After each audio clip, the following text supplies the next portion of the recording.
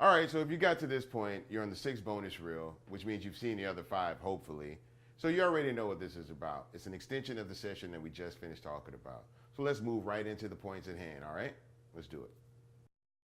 Now, hip hop, like other forms of culture, has grown and evolved to meet a variety of needs.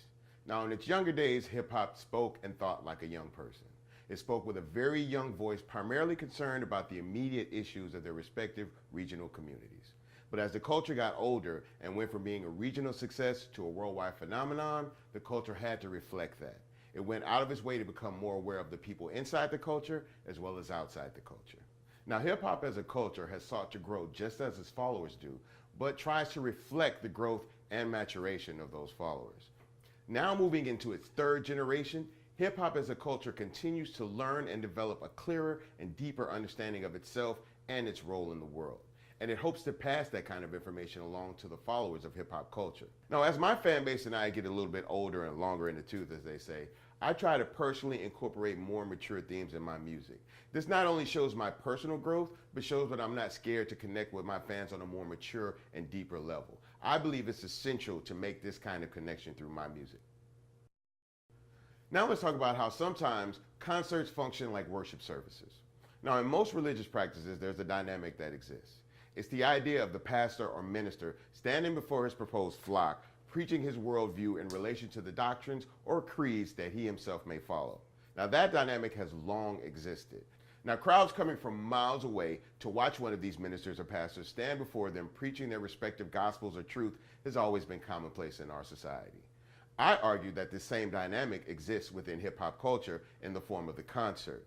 Now, the settings, the practices, and sometimes the presentations can be very similar. And because of their perceived knowledge and power, both come very close to idolatry. There's a very thin line being walked here, and it takes a very strong sense of oneself, whether it be the pastor or the poet, to keep yourself focused and centered on what truly matters. Now we can talk about how rap lyrics can sometimes take on a sacred text quality. Let's use the Notorious B.I.G. as an example. Now, hailing from Brooklyn, New York, the Notorious B.I.G. is often looked at as one of hip-hop's deepest thinkers as well as their greatest writers. Now, even though his career and his life were cut short, his words and his legacies continue to live on and inspire. He created a song called The 10 Crack Commandments. Let's talk about that. Now, in the eyes of the Notorious B.I.G., this code is extremely crucial because not following this proposed doctrine could get one ostracized from the trade or in even worse cases get someone hurt or killed.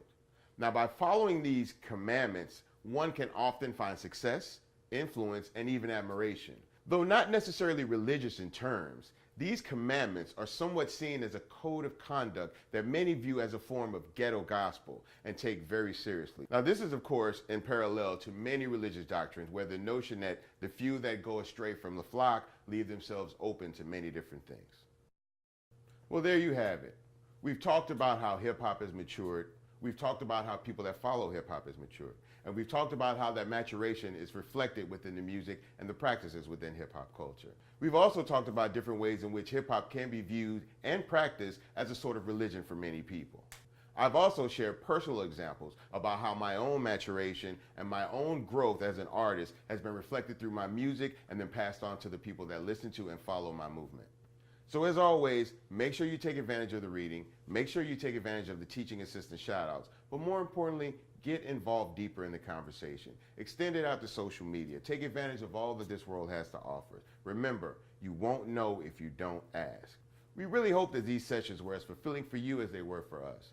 And we hope that we help to answer a lot of the hard questions. And if we haven't, that's okay. You can go out in the world and continue to ask them to other people and to yourself.